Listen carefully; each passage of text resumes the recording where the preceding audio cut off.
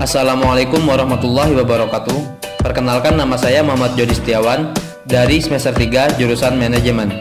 Saya di sini mewakili dari kelompok 12 dan kami ingin membacakan tentang topik-topik khusus dari keuangan internasional. Sebelum itu, perkenankan saya memperkenalkan anggota-anggota dari kelompok 12, yaitu Aldo Kurniawan, Rahmatullah, Muhammad Jody Setiawan, Wenda Tri Ayu, Sopa Aspihani, dan Khairul Rahman. Untuk membaca topik yang pertama, yaitu akan dibacakan oleh saya sendiri. Oke, untuk topik yang pertama, apakah yang dimaksud dengan keuangan internasional? Keuangan internasional merupakan instrumen yang digunakan untuk membahas arus dengan skala yang besar. Dalam hubungan internasional, terjadi banyak problem-problem yang menyangkut permasalahan keuangan global yang dipengaruhi oleh ekonomi politik sehingga memerlukan perhatian lebih khusus terhadap permasalahan tersebut.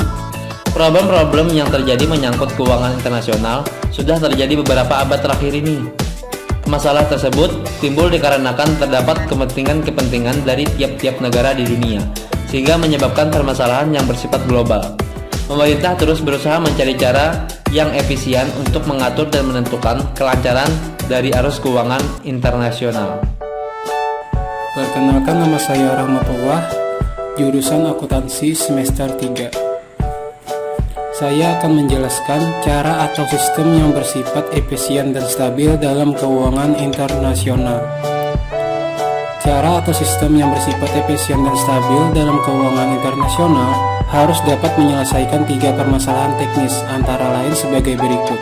Yang pertama, likuiditas. Sistem keuangan ini memberikan suplai terhadap mata uang yang memadai dan tidak menimbulkan dampak inflasi. Membuat penyesuaian metode untuk menyelesaikan permasalahan terhadap ketidakseimbangan neraca pembayaran sehingga dapat menjalin likuiditas keuangan.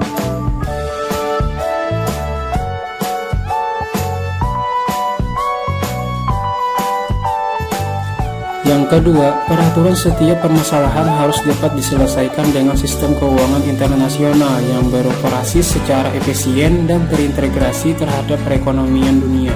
Setiap rezim dan sistem keuangan internasional suatu negara bergantung pada peraturan dan tatanan politik yang berlaku dalam negara tersebut. Karena sistem moneter internasional berpengaruh terhadap kepentingan suatu negara, dan terdapat timbal balik berupa usaha dari negara-negara yang mencoba untuk mempengaruhi sistem yang berlaku. Yang terakhir, kepercayaan.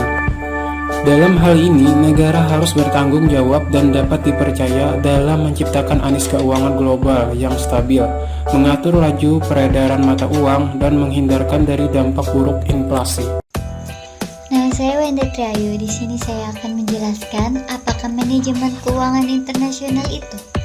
Manajemen keuangan internasional adalah perencanaan, perorganisasian, dan pengendalian keuangan perusahaan multinasional atau multinational corporation yang lazim disebut MNC.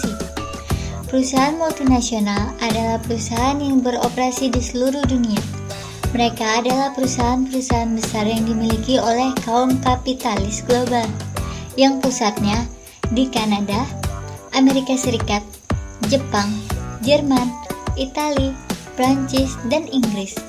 Perusahaan-perusahaan itu lazim disebut konglomerat global atau kapitalis global. Mereka tidak mengenal negara, bangsa, tanah air dalam mengembangkan kapitalnya. Dengan ini, perusahaan-perusahaan tersebut menguasai ekonomi dunia dan menguasai ekonomi negara-negara sedang berkembang di Afrika, Asia, dan Amerika Latin. Tujuan mereka yang utama adalah mencari keuntungan. Keuntungan internasional penting bagi yaitu 1. Ekspansi perusahaan multinasional atau multinational corporation atau MNC ke negara-negara sedang berkembang. 2. Ekspansi ideologi globalisasi. Dan 3. Perdagangan internasional, ekspor dan impor. Manajemen keuangan internasional meliputi aktivitas A. Aliran finansial, yaitu arus masuk modal dan pinjaman. B. Aliran real, yaitu arus masuk barang dagangan. barang bahan baku, barang setengah jadi, dan barang jadi. 3. Aliran budaya, yaitu arus masuk ilmu pengetahuan, teknologi, dan pola pikir serta perilaku. Hakikatnya manajemen keuangan internasional adalah ekspor kapital, budaya, dan barang dagangan dari negara-negara kapitalis maju dan negara-negara sedang berkembang. Perkenalkan, nama saya Sopa Astihani. Saya akan menjelaskan tentang pentingnya hadir MNC bagi negara sedang berkembang, yaitu merupakan bentuk kolonisasi modern yang dibawa oleh proses globalisasi. Banyak cendekiawan berinisiatif melawannya. Mereka mengatakan bahwa globalisasi adalah rekayasa manusia MNC untuk menguasai ekonomi, sosial, politik, dan budaya negara-negara sedang berkembang. Namun, di balik itu semua ada setitik keuntungan, yaitu A. Dapat memanfaatkan keunggulan komparatif. B. Klaster ilmu pengetahuan dan teknologi. Resiko yang dihadapi NSB adalah A. Ketidakpastian nilai tukar valuta asing, karena nilai mata uang dapat dipermainkan oleh kapitalis global. B. Resiko negara country risk yang tinggi. MNC dapat menguasai politik NSB karena ekonominya telah dihegemoni dan didominasi. Bagaimanapun juga, manajemen keuangan internasional itu penting dipelajari karena dapat membantu manajer keuangan dalam memprediksi kejadian-kejadian internasional dan dampak kejadian-kejadian internasional terhadap keputusan keuangan perusahaan. Mengetahui siklus ekonomi dunia, tumbuh, krisis, recovery. Mengetahui kelebihan MNC dalam memberdayakan negara sedang berkembang sehingga negara sedang berkembang tergantung kepadanya. Mengetahui moral bangsa, patriot, kapitalis birokrat, dan kapitalis komprador. Memahami karakter MNC yang hanya berorientasi mencari keuntungan tanpa peduli nasib banyak rakyat yang dikuasainya. Mengetahui aliran dana dari negara maju ke negara sedang berkembang dan dari negara sedang berkembang ke negara maju.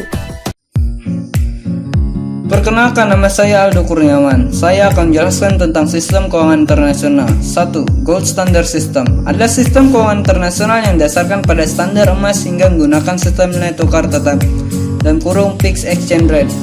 Sistem ini dapat menghilangkan ketidakpastian bila terjadi fluktuasi nilai tukar sehingga dapat mendorong perdagangan dunia dan diberlakukan hingga sebelum Perang Dunia I. Kelemahan dan kelebihan standar emas yaitu sebagai berikut. Kelemahan standar emas yaitu sebagai berikut. A. Negara tidak memiliki kendali terhadap kebijakan moneter karena jumlah uang beredar ditentukan oleh emas yang mengalir antar negara. B. Kebijakan moneter dunia menjadi sangat tergantung pada produksi emas dan terjadi deflasi saat produksi emas dunia menurun dan inflasi saat produksi emas dunia meningkat. Kelebihan standar emas yaitu sebagai berikut. A. Diterima dan digunakan masyarakat internasional sebagai alat pembayaran yang sah. Nilainya cenderung stabil dibanding logam lainnya sehingga dapat menjaga nilai stabilitas nilai tukar uang. B. Membantu perkembangan perekonomian dengan terciptanya sistem moneter yang seragam. Adanya kebebasan melebur mata uang emas menjadi bentuk logam. 2. Bretton Woods System. Perang Dunia I mengacaukan perdagangan internasional. Negara-negara tidak dapat mengkonversi mata uang ke dalam emas sehingga sistem gold standard tidak dapat digunakan. Maka diadakanlah pertemuan negara sekutu pemenang Perang Dunia II di Bretton Woods, New Hampshire, untuk mengembangkan sistem moneter internasional. Pertemuan tersebut melahirkan kesepakatan adanya nilai tukar mata uang tetap yang dipertahankan oleh bank sentral setiap negara dengan jalan beli atau menjual mata uangnya. Rezim ini disebut sebagai rezim nilai tukar tetap atau sistem Bretton Woods. Sistem nilai tukar Bretton Woods didasarkan pada nilai konvensi dolar Amerika terhadap emas, yaitu $35 per ons. Nilai tukar tetap dijaga oleh bank sentral tiap negara dengan melakukan preferensi pasar nilai tukar dan foreign exchange market. yakni tindakan jual atau beli aset. Kelemahan sistem Bretton Woods adalah bahwa IMF tidak dapat menekan negara yang mengalami surplus. Nama saya Hairul Rahman dari semester 7. Baiklah, saya akan menjelaskan lembaga keuangan internasional. A. EMF. EMF merupakan lembaga keuangan internasional yang memiliki peran penting dalam menjaga stabilitas sistem keuangan internasional. Peran tersebut hampir sama dengan peran bank sentral.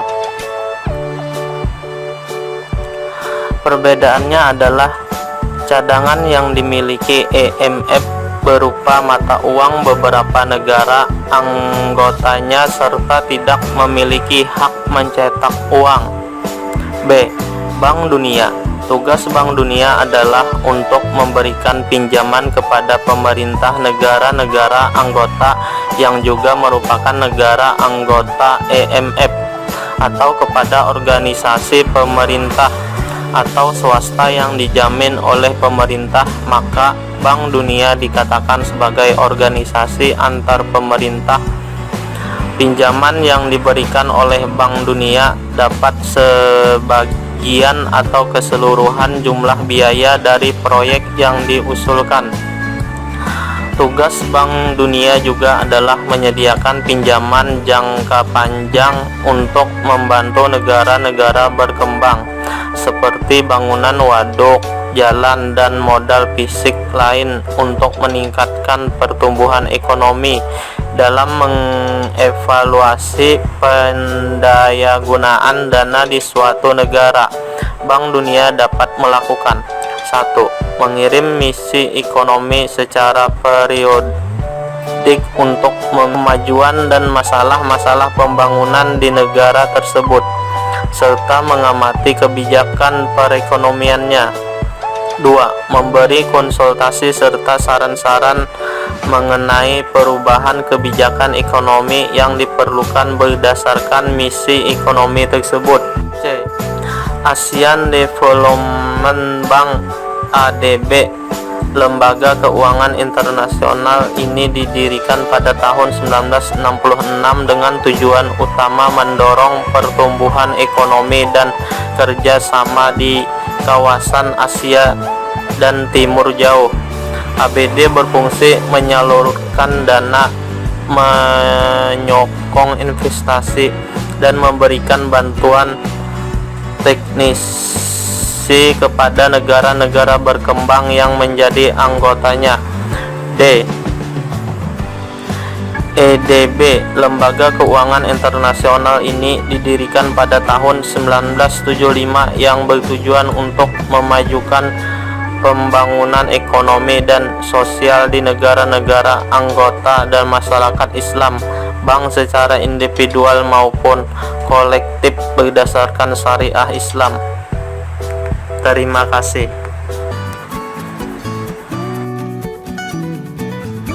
Sekian yang dapat kami sampaikan dari pembacaan topik-topik khusus keuangan internasional. Saya mewakili dari kelompok 12 mengucapkan terima kasih atas perhatiannya dan wassalamualaikum warahmatullahi wabarakatuh.